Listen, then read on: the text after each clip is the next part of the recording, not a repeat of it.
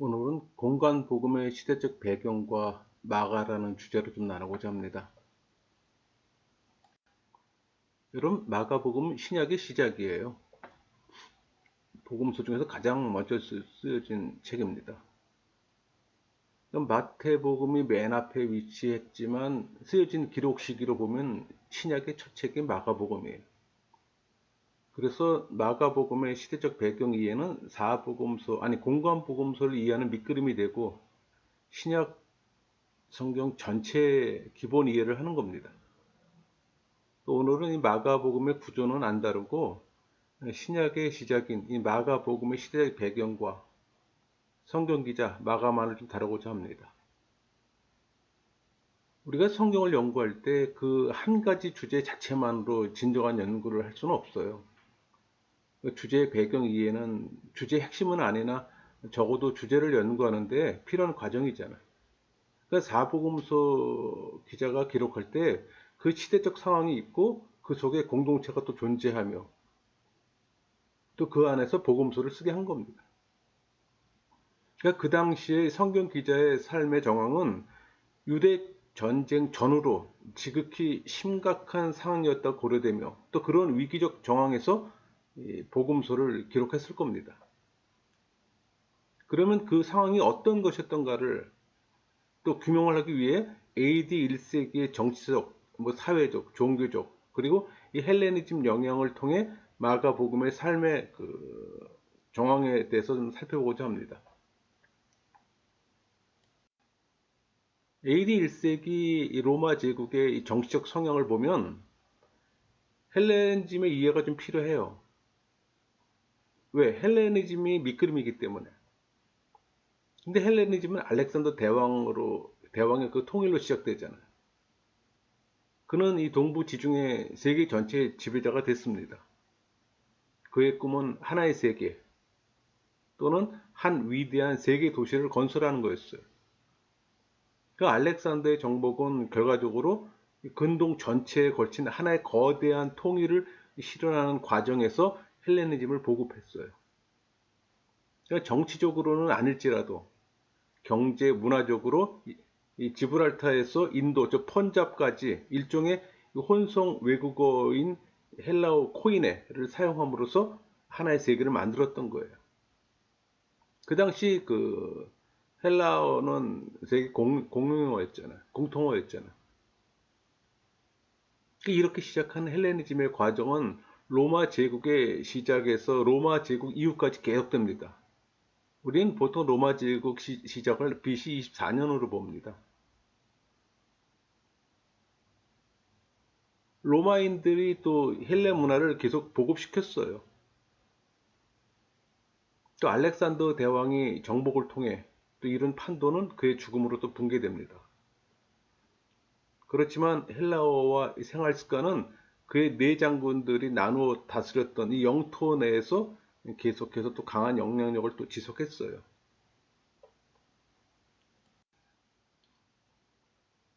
로마인들이 이 카르타고와의 치열한 전쟁에서 승리하잖아요.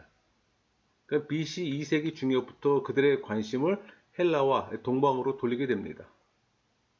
그러니까 헬라주의와 만남에서 또 로마는 헬라의 예술과 또 학문을 물려받아요. 또 그 유산을 보존하는 것이 로마인의 의무로 또 알았습니다. 이 유산은 강력한 로마 제국을 통해서 로마적인 그 문화와 문명으로 굳어졌고 더 넓게 보급돼요. 그러니까 로마 제국의 최초 황제가 옥타비아누스잖아요. 이 옥타비우스가 그 안토니우스와의 악틈 전쟁에서 승리합니다. 로마로 돌아오잖아요. 또 그는 황제가 되고 또 원로는 그에게 아우구스투스, 그 지존자라고 얘기를 하는데 그거와 그 아우구스투스와 프리센스, 이 프리센스는 원로원의 재림자를 의미합니다. 이 두 개의 칭호를 줍니다. 이로써 BC 27년에 로마 제국이 탄생해요. 그러니까 제국의 튼튼히 어떤 유지한 결과 또 평화와 또 안정의 새 시대를 구축해요. 그래서 우리는 그걸 팍스 로마라고 보통 명명합니다.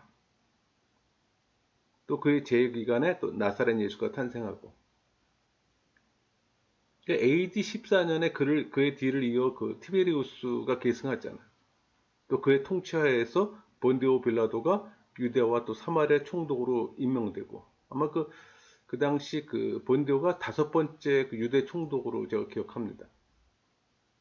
이 즈음에 세례 요한이 또 팔레스타인에서 등장합니다. 그게 누가복음 3장 1절이잖아요. 디베르 황제가 통치한 지 15해 곧 본디오 빌라도가 유대 총독으로 헤롯이 갈릴리 분봉왕으로. 여기서 그 디베르 황제는 티베리우스 황제를 말하는 거예요. 나사렛 예수가 그 땅에서 활동하다가 예루살렘에서 또 유대인들에 의해서 빌라도 총독에게 또 넘겨져서 사형 선고를 받습니다. 또 치욕적인 십자가형을 받아 또 처형되고.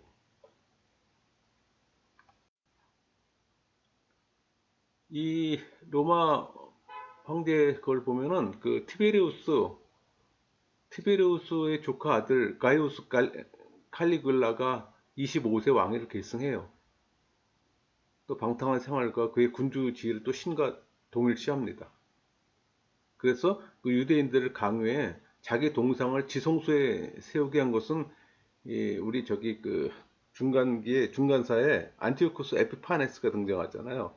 그때 안티오코스 에피파네스가 성전 제단에 그 돼지를 제물로 바친 것만큼이나 충격적인 사건입니다. 그러나 그는 갑작스러운 죽음으로 그의 계획과 통치는 또 끝이 나고, 그는 또 칼리쿨라의 숙부 클라우디우스가 또 황제로 추대되고, 그의 재해 기간에 로마에서는 또 반유대인 정책이 또 있었어요. 그 이유는 십자가에 달린 이 나사렛 예수가 메시아인 그리스도라는 말은 소요를 일으키는 원인이 되었어요. 그러니까 클라우디우스가 즉시 또 추방 명령을 내려서 유대인들이 수도 로마에서도 추방당합니다. 이때 모든 유대인들이 로마를 떠난 것이 아니지만 회당에 모이거나 뭐 예배를 또 금지했어요. 또 유대 기독교인들은 이 명령으로 또 화를 입게 됩니다. 그게 우리 사도행전 18장 2절이에요. 아굴라라 하는 본도에서 난 유대인 한 사람을 만나니 글라우디오가 모든 유대인을 명하여 로마에서 떠나라 한 고로 그가 그의 아내 브리스길라와 함께 이달리아로부터 새로운지라 바울이 그들에게 가매. 요게 그 시대적 상황을 설명할 수 있는 말씀 구절입니다.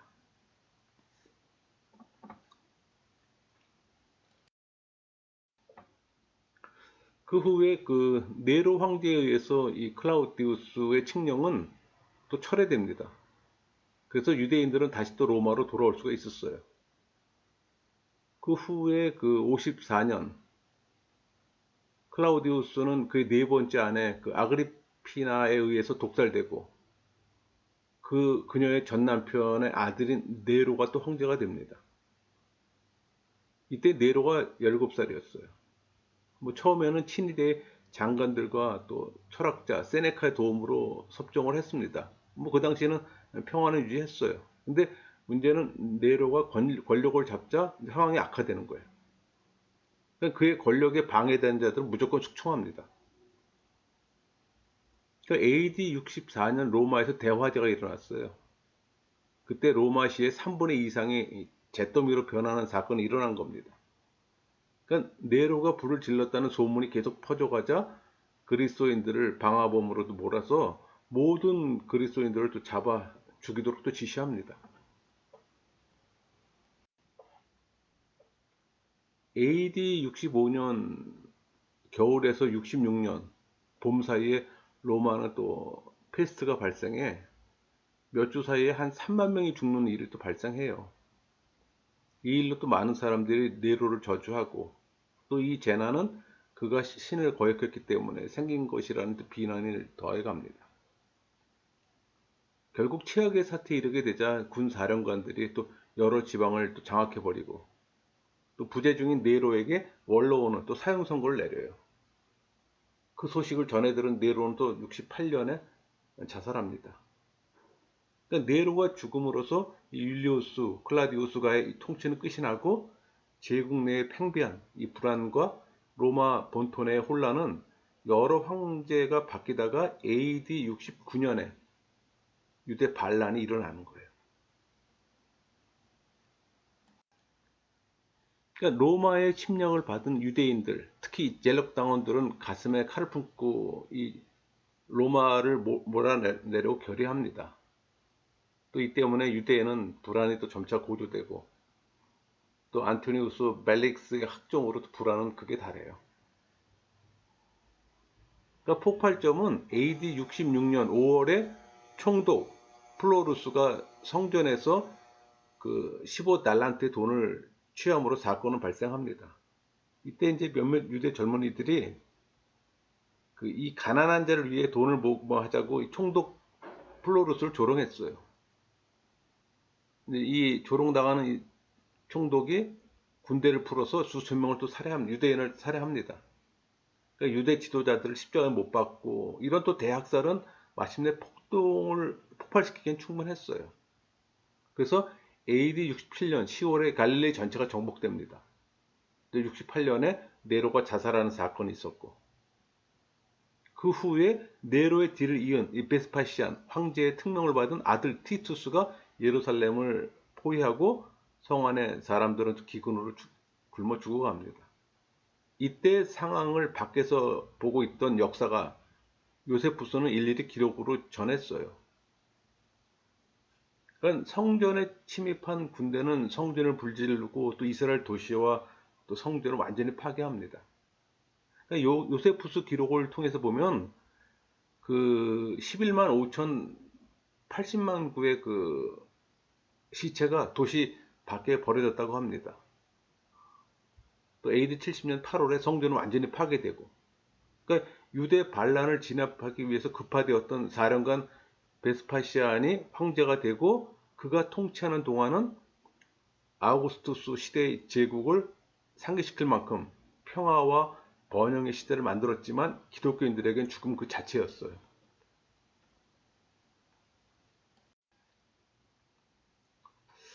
우리 그 AD 1세기 그 로마 제국의 그 사회적 상황을 보면 로마 제국은 세계적인 국가가 됩니다. 헬라적이고 로마적인 유산이 합성되어 헬라주의적 로마 문화는 별다른 어려움 없이 발전해요. 또 헬라어는 지중해권의 일반적인 상용어로 또 사용되었고, 그러니까 작가들이 즐겨 사용했어요. 이 헬라어를. 또 플라톤 시대 아테네에서 사용된 그 상류사의 귀족 언어와 구분이 된 이 코이네가 생겨나는 겁니다. 그러니까 누구나 헬라어를 사용하면 야만인 소리를 듣지 않아요. 그러니까 헬라인이란 소리를 들으려고 코인에 또 헬라어 숙달을 해서 노력합니다. 그러니까 헬라 문화는 무역과 교통이 또 결합해요. 부유하게 발전될 수 있는 여러 도시들에서도 확고하게 또 자리 잡습니다. 그러니까 로마인들은 정치적으로 유력한 헬라가 문화적으로 그들보다 우월했다고 판단해서 꺼리낌 없이 헬라 문화를 개방해서 받아들였어요. 그 사람들은 헬라어를 배우고 헬라의 작품들을 읽었던 겁니다.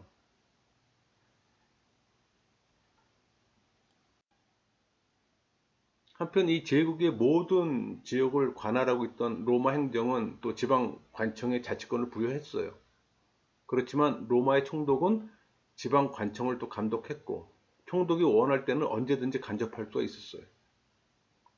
그 한 예로 예수님 시대에는 이 갈릴리와 요단 동편 북부 지역 땅은 유대인 영주의 지배하에 있었고 그 반면에 사마리아와 유대 이두메는 로마 총독의 지배를 받았습니다. 우리 누가복음 3장 1절 잘 표현되어 있잖아요. 디베르 황제가 통치한 지 15해 곧 본디오 빌라도가 유대의 총독으로 헤롯이 갈릴리의 분봉왕으로 이렇게 표현되어 있잖아요.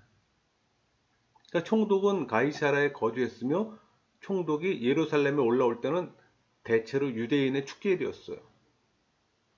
또 그것은 축제일 때는 많은 사람들이 많은 그 유대인들이 순례자로 예루살렘에 모여들잖아요. 그러다 보면 많은 군중들이 또 선동적으로 행동할 수가 있기 때문에 그걸 대비해서 이 총독이 예루살렘에 머무는 겁니다. 하지만 최고 권력은 황제에게 있었고 그는 이 총독들과 관리들을 통해 모든 식민지에 명령했고 또 현장에서 중보를 결정하는 재판을 할 수 있게 했어요. 만일 로마 시민이 어느 곳에서 소송 사건에 들어가게 되면 언제나 황제에게 호소해 로마에서 재판을 요구할 수가 있었어요. 그게 우리 사도행전 25장 11절 11절에 잘 표현되어 있잖아요. 내가 가이사에게 상소하노라 한데 베스도가 베스코들과 상의하고 이르되 내가 가이사에게 상소하였으니 가이사에게 갈 것이라 하니라. 그러니까 크게 발전되었던 헬라 예술과 학문은 로마인들에 의해 그 실제적인 면으로도 발전되어 존경을 받게 됩니다. 또 헬라의 그 정신적 유산은 크게 보존될 수 있었으나 철학, 언어, 그리고 자연 과학은 그렇게 오래 가지 못했어요.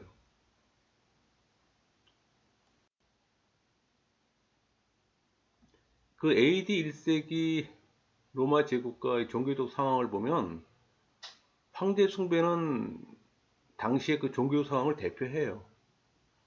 그 알렉산더 대왕이 그의 군대를 이끌고 동부 제국을 통과해 승리 행군을 하게 되자 헬라인들은 신국, 신의 나라라는 그 동양적 사상에 접합니다.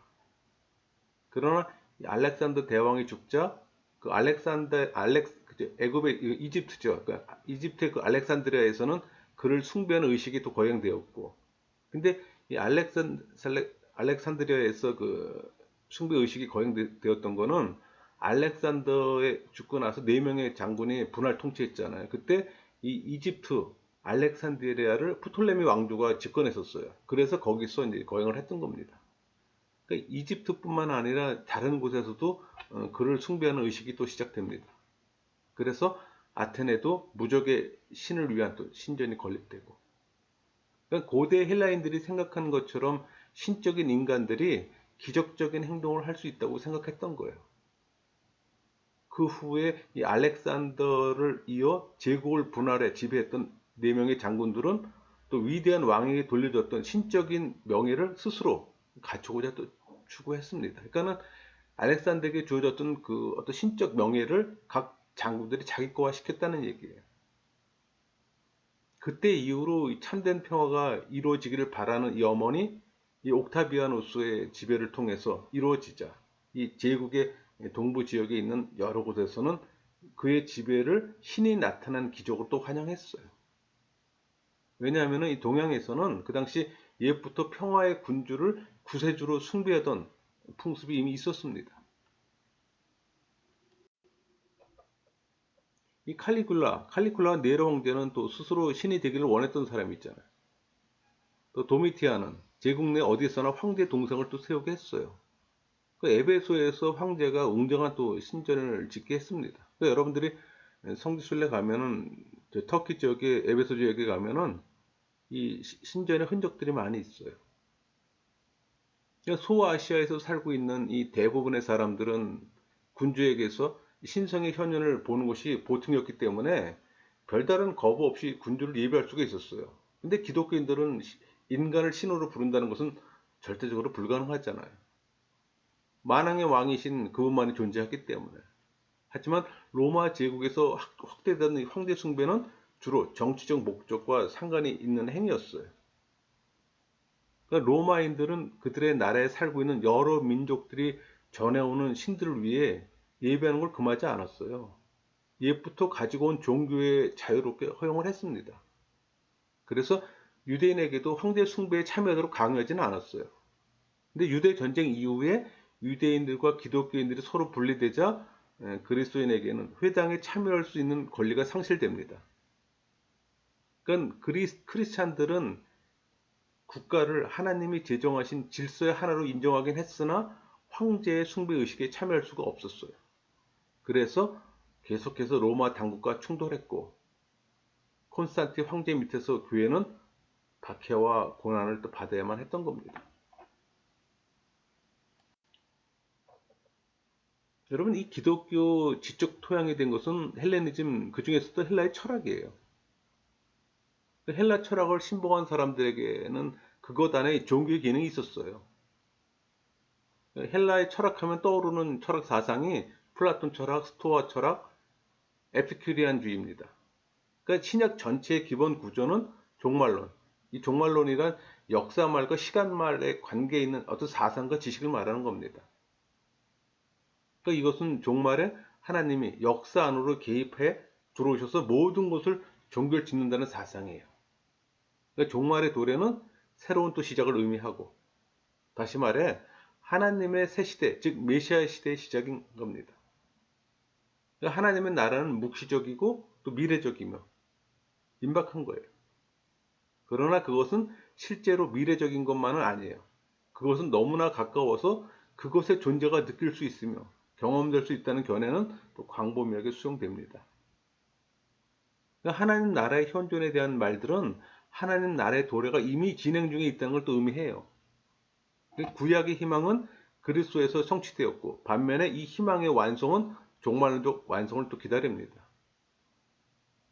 그러니까 구약의 종말론적 구원의 완성이 구원 행동들 속에서 성취된다는 의미예요.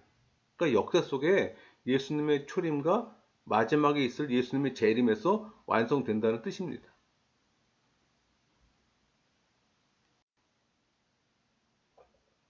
여러분, 예수님의 세계관은 현실적이에요. 세상 종말에 대한 그의 선포는 묵시적 묘사가 아니라 종말을 준비하도록 사람들을 깨우고 있다는 사실이에요. 그러니까 사람들은 하나님의 섭리 속에서 이 진행하는 역사의 종말에 직면하기 때문에. 그러니까 종말은 미래의 어떤 확실성과 현재에 대한 그것에 영향력이 있는 겁니다. 그러니까 실현된 미래적 종말론은 신약 성경 속에 있는 통일된 요소예요. 또 그것은 신약 성경의 진리를 본질적으로 종말론적인 것으로 또 만들기도 합니다. 그러니까 신약 성경 최초의 기자 마가는 당시 팽배했던 종말 사상의 직면에 있는 그 신자들에게 종말의 시간을 제시하려고 그 복음서를 쓰지는 않았을 겁니다. 진정한 종말 의식이 무엇인가를 마가복음에서 기독론을 통해 설명했어요. 그러니까 신자들 깨워 믿음을 굳게 가질 것과 환란을 끝까지 참음으로 구원을 얻도록 했던 겁니다.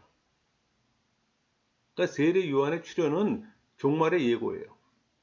또 예수님의 수세식과 성령 강림 사건은 종말의 시작이고, 그러니까 예수님의 세례식 후 사탄과의 투쟁이 종말의 증거예요. 이렇듯 시작해서 종말의 형태를 갖추는 겁니다. 그러니까 마가의 삶의 상황이 유대 전쟁으로 인해 엄청난 박해와 순교가 일어납니다. 이런 상황에서 공동체들의 마음의 준비가 필요했어요. 그것을 돕는 것이 마가의 역할이기도 합니다.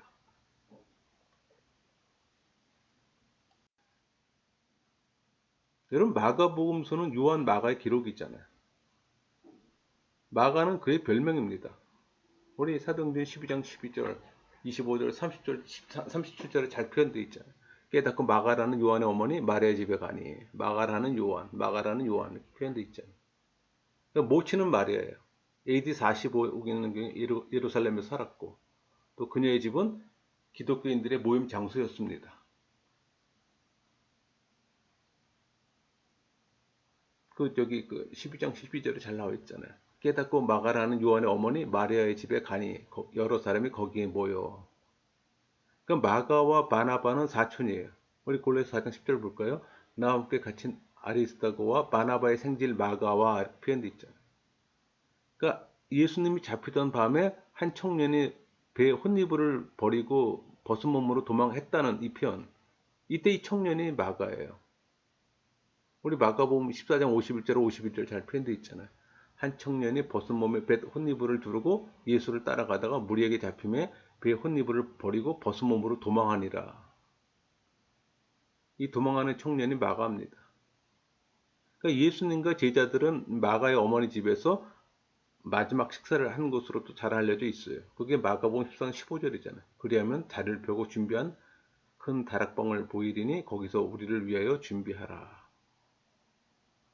그러니까 바울의 1차 선교 여행에서 또 요한은 사촌 바나바와 바울과 함께 예루살렘에서 안디옥을 거쳐 이 만빌라에 있는 버가까지 선교여행을 가다가 마가는 그 예루살렘으로 먼저 돌아오잖아요. 우리 사도행전 13장 13절 바울과 및 동행하는 사람들이 바보에서 배 타고 만빌라에 있는 버가에 이르니 이 요한이 요한 마가를 얘기하는 겁니다. 그들에게서 떠나 예루살렘으로 돌아가고,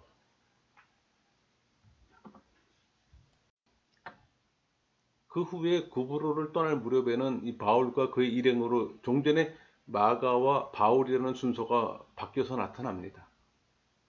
그게 우리 사도행전 13장 13절이잖아요.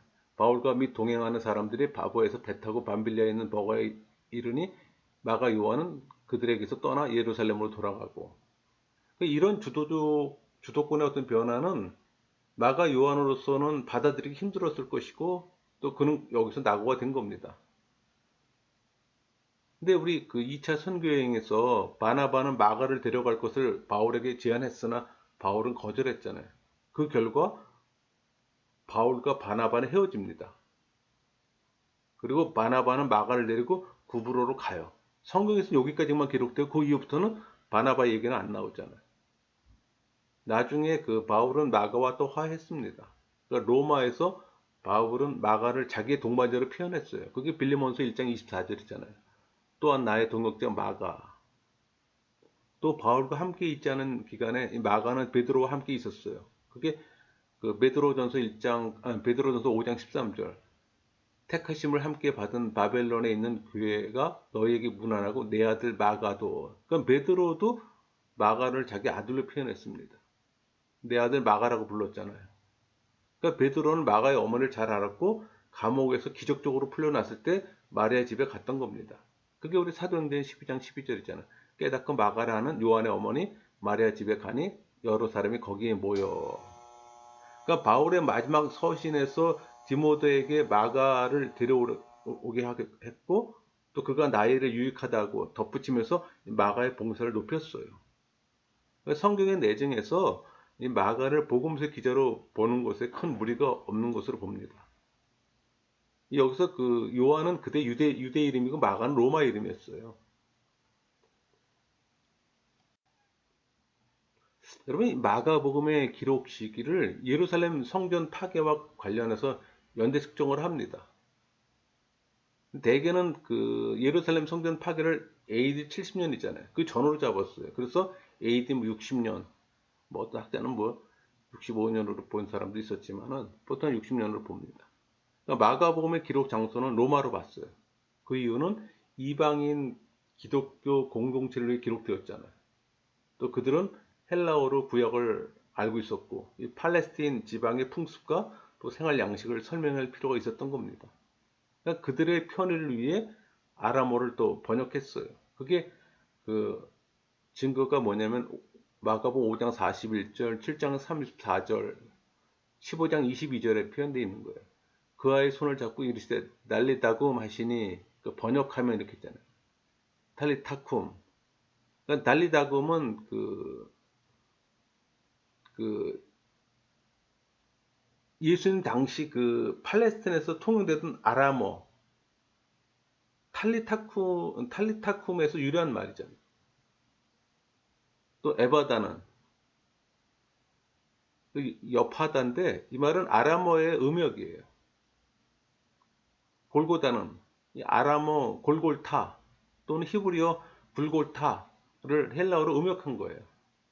그러니까 수많은 라틴어적 표현들과 로마의 화폐가 또 사용된 것이 뒷받침을 합니다. 그러니까 마가의 의도가 무엇인가 하는 문제는 그의 또 문학 형식이 또 보여주고 있는 특징으로 알 수가 있어요.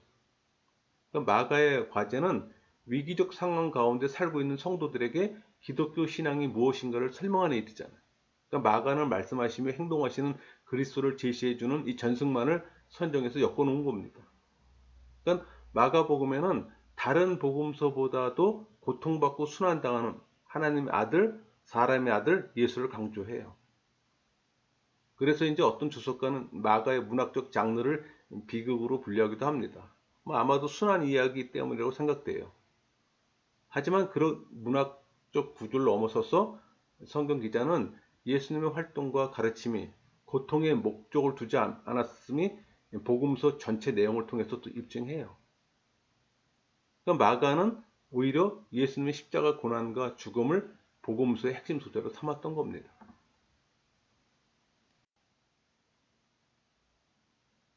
그러니까 새 시대 도래에 초점을 맞췄다는 얘기예요. 그러므로 이 마가복음을 비극으로 말하는 것은 어울리지 않아요. 오히려 절망적인 역사의 현실을 본다면 마가복음은 유대 묵시 문학의 장르에 속한다고 하는 게 더 어울릴 겁니다. 이 전통적으로 유대 묵시 문학에 반영된 역사가는 기존 세계에 대한 역사에 대해 포기하는데 그 주안점을 두어 왔어요. 하지만 그보다 훨씬 새로운 차원을 밝혀줘요. 무슨 얘기인 거 아니? 이 묵시 문학의 작품이 마가와 함께 이 고통의 어떤 필연성, 귀신 축출에 통한 어떤 사탄의 파멸, 뭐 신적 구원의 약속, 그리고 그 종말론적 변화의 어떤 환상들과 같은 이 공통된 특징들을 공유한다고 해도 문학 전체로서의 그의 복음서에 대한 진정한 비유는 없었어요. 이 마가복음은 그에 의해 창조된 유일하고 전적으로 새로운 장르이고 마가가 그것을 창작했던 겁니다. 여러분, 마가의 글솜씨는 단순하고 직설적이에요. 그의 언어는 마태나 누가보다 스타일에 있어서 덜 복잡하며 서민적이에요. 그러니까 마가의 문장은 쉽게 구성되어 있고 접속사 그리고로도 연결되어 있어요. 또 자주 즉시라는 단어를 사용했어요. 그래서 이 생동적인 어떤 행동감으로 이끌어가요. 그러니까 과거 사건을 현재 시상으로 표현해서 어떤 역사적 현재로 사용한 것이 한 150회 됩니다. 이 마가의 이야기 전체는 생동적이고 아주 구체적이에요. 그래서 현장을 시각적으로 보고 느끼게 하는 그런 마가만의 어떤 문학 양식이 있어요. 여러분들이 이런 내용을 미리 좀 숙지하고 마가복음을 읽으면 또 깊고 넓은 이해함이 형성할 겁니다. 말씀 마치겠습니다.